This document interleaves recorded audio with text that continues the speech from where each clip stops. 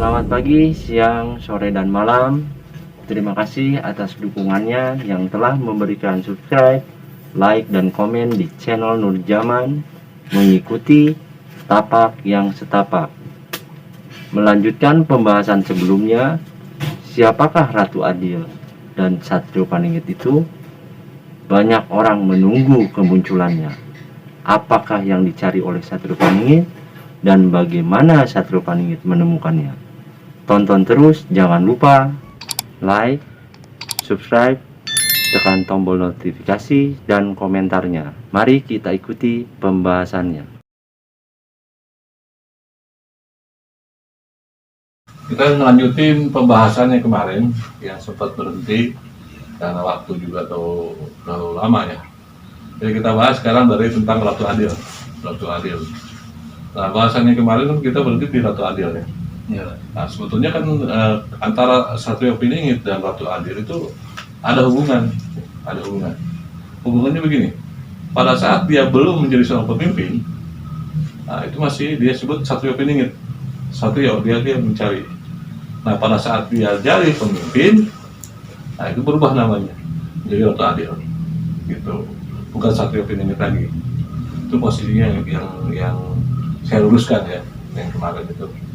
Nah, kenapa kalau orang-orang banyak menunggu dia? Kalau dia memimpin bakal adil. Kenapa? Karena nggak lepas dari pengetahuan yang dia punya. Gitu. Satrio Piningit diceritakan di situ, dia memiliki kemampuan untuk bisa baca.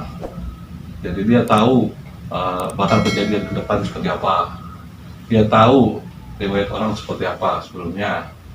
Dia tahu misalnya apa yang ingin dibicarakan dalam hati orang. Nah, itu salah satu kemampuan Satrio Piningit. Makanya dia kalau diceritakan di dalam cerita Jayabaya, kalau dia yang memimpin itu akan adil.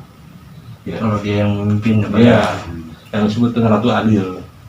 Karena kemampuannya mampu untuk mengetahui, kemampuannya mampu untuk mengerti. Itu salah satu kelebihannya dia. Gitu.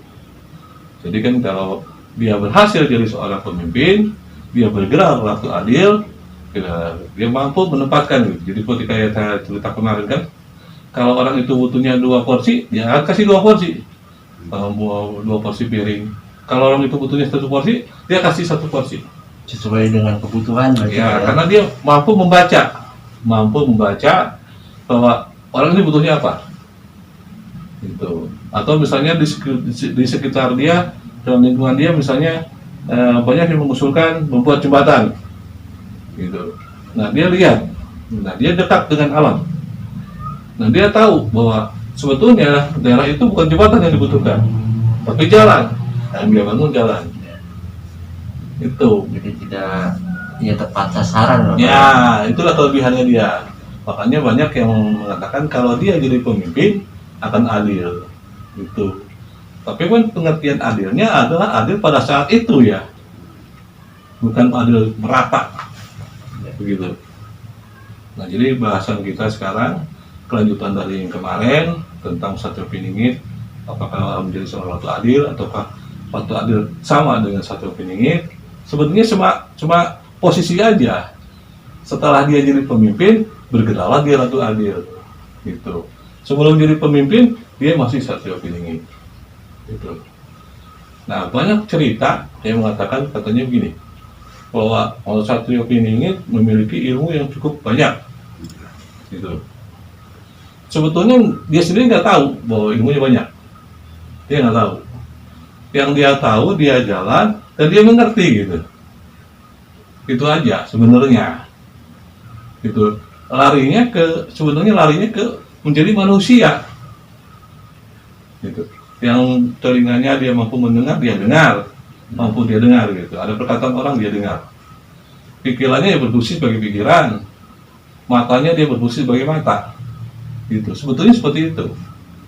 Jadi sesuai fungsinya pada tempatnya. Makanya kalau dibilang katanya dia memiliki ilmu yang macam-macam, katanya punya ilmu mata, punya ilmu segala macam mata batin, sebetulnya enggak. Gitu. Naluri dari sebuah olahan. Dia dulu mengolah terus, jadilah dia seperti itu. Ada yang kait-kaitkan katanya jangan bicara kalau tidak memiliki ilmu Kundalini misalnya kan gitu. Sebetulnya kalau untuk ilmu yang dipelajari di dalam cerita Jayabaya, Satrio Piningit itu melebihi itu semua. Gitu. Kalau di Jawa Barat, Bocah Angon ya melebihi itu semua. Kalau di Jazirah Arab, Imam Mahdi yang melebihi itu semua. Jadi yang mereka pelajari tentang manusia yang seutuhnya manusia, pekertinya manusia yang seutuhnya.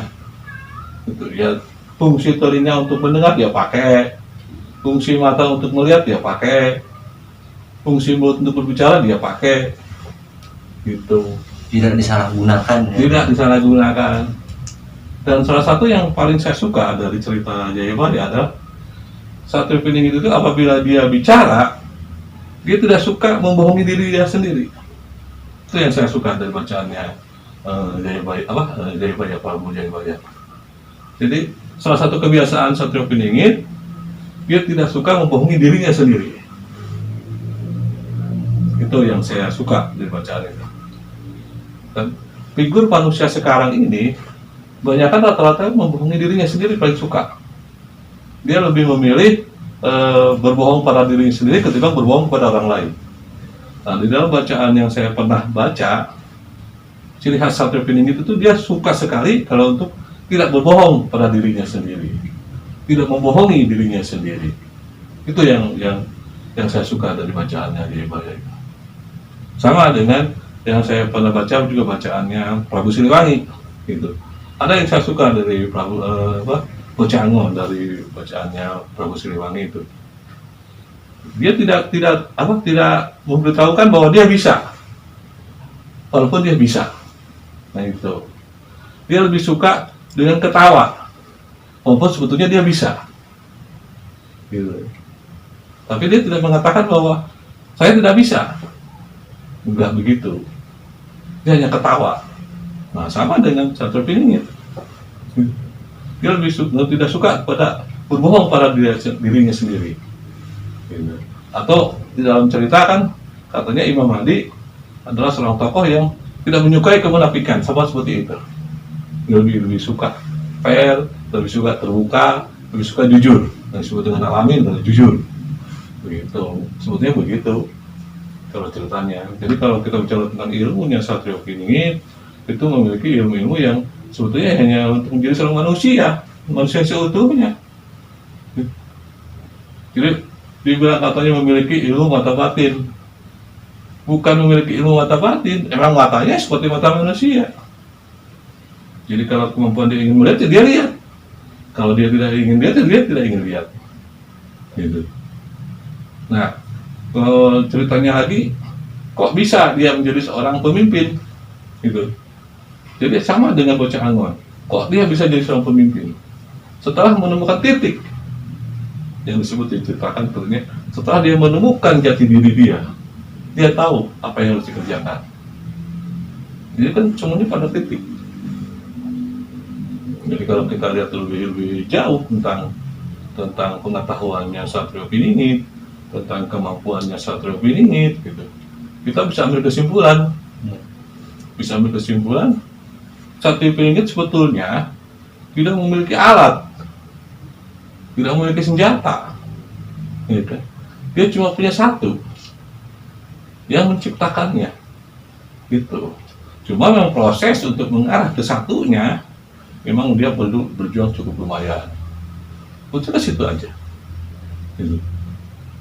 Dan kalau saya secara akal pikiran saya gitu, yang dipegang Bocah Angon, Satrio Piningit sama, yaitu satu akal, yang kedua budi, yang ketiga pekerti. Ini pegang tiga itu sebetulnya. Gitu. Dia menggunakan akalnya, dia menggunakan budinya, dia menggunakan pekertinya. Gitu. Dan tujuannya ingin menjadi seorang manusia yang seutuhnya manusia. Kalau saya lihat dari bacaan-bacaan itu ya, saya lihatin, mereka mencari jati diri. Gitu.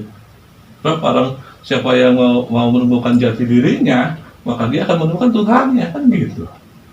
Jadi mereka yang saya lihat dari sejarah itu, yang saya sejarah entah sejarah Prabu Siliwangi, entah sejarahnya Jayabaya ataupun Ranggawarsita, cuma satu yang mereka cari, menemukan dirinya sendiri, gitu. Nah, ketemu itu dengan 3 perkara: akal, budi, pekerti. Akal budi pekerti. Iya. Kalau dia tidak menggunakan akal, bagaimana dia pengen tahu? Kalau tidak menggunakan budi, bagaimana dia bisa meresapi? Kalau tidak menggunakan pekerti, bagaimana dia bisa menelaah? Itu aja. Kalau saya perhatiin dari cerita-cerita itu kan. Nah, kalau bahasa-bahasa agama Islam kan itu kan mungkin bahasa bukan ulasan saya kan, masalah seperti itu mah. Saya hanya bicara tentang sejarah, tentang bagaimana sih sebenarnya terjadi seperti itu. Gitu. Nah, untuk keberadaannya sendiri, Pak, apakah memang diketahui orang banyak atau hanya orang-orang tertentu yang mengetahui? Jadi kan kalau saya lihat kan ada yang sudah berkomunikasi atau bagaimana dengan Satrio Paningit itu sendiri, Pak? Sebenarnya gini, kalau dilihat dari ulasan-ulasan Jayabaya, dianya sendiri nggak tahu, nggak tahu persis siapa dirinya, tuh nggak tahu, gitu. Makanya kan ada cerita, dia akan tahu dirinya setelah baca, gitu. Nah sekarang bagaimana bisa orang bisa menafsirkan posisi dia di sini, si A posisinya di B atau di daerah mana kan begitu posisinya dengan terawang segala macam. Ya silakan aja mereka seperti itu, ya, silakan. Karena orang-orang seperti itu nggak mudah. Gitu. Kayak ada cerita katanya orang mabok ketemu orang linglung, ya kan? Jadi dia nyari ya nggak ketemu. Jadi kalau dia bilang dengan teropong laku seperti ini, ada di posisi ini, silakan, nggak apa-apa. Kalau mau pendapat atau mengusulkan suatu cerita ya nggak apa-apa, gitu. Tapi pada dasar kenyataannya ya nggak mudah. Apalagi kalau orang itu mengerti agama. Orang-orang yang seperti manusia-manusia yang memang sudah disiapkan sama yang pencipta, jangan berharap kita mudah.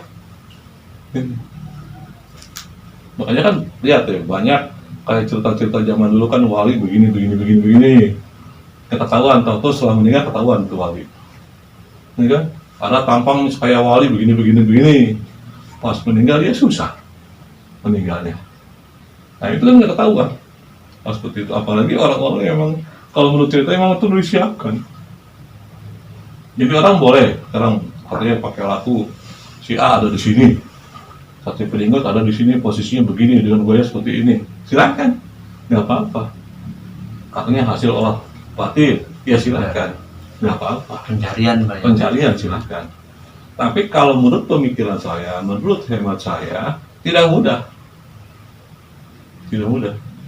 Biasanya kalau sudah dia memang disiapkan sama yang menciptakannya, itu nggak bakal bisa dapat. Sehebat-hebatnya manusia tidak akan pernah bisa melewati kekuasaan yang menciptakannya, kecuali yang menciptakannya menginginkan dia untuk muncul, baru bisa, gitu. Makanya kan ada Satrio Paningit kan, makanya ada cerita dia akan tahu kalau dia baca. Di situ kan jelas kan. Kalau dia ingin tahu ini, kalau dia baca maka dia akan tahu ceritanya. Di situ jelas bahwa Jayabaya mengetahui bahwa Satrio Paningit kebingungan kalau dia kasihkan cerita itu, disuruh baca. Nanti Satrio Paningit itu sendiri tahu harus lewat mana dia keluarnya dari gua. Dia tahu dengan sendiri dia baca, oh saya harus ke sini, gitu. Nah, dia belum menyadari dengan cerita itu. Kenapa? Ternyata kemampuan yang diceritakan oleh Jayabaya sama dengan kemampuannya dia yang dia miliki. Kalau dia memang yang ada tidak menyadari. Iya, tanpa dia sadari. Nah dari situ dia mulai mempelajari tulisan Jayabaya, mulai diikuti tulisan Jayabaya, ketemulah, maka dia muncul. Tapi tetap aja, kalaupun dia jadi pemimpin, keadilannya ya nggak bisa. seperti cerita tetap gitu. Cuma keadilannya karena kemampuan dia tahu akan semua kejadian, tahu setelah kejadian, tahu sejarah, itulah kelebihan dia memimpin gitu. Tapi tetap aja pada pandangan orang tetap nggak bisa adil, Ya. gitu aja.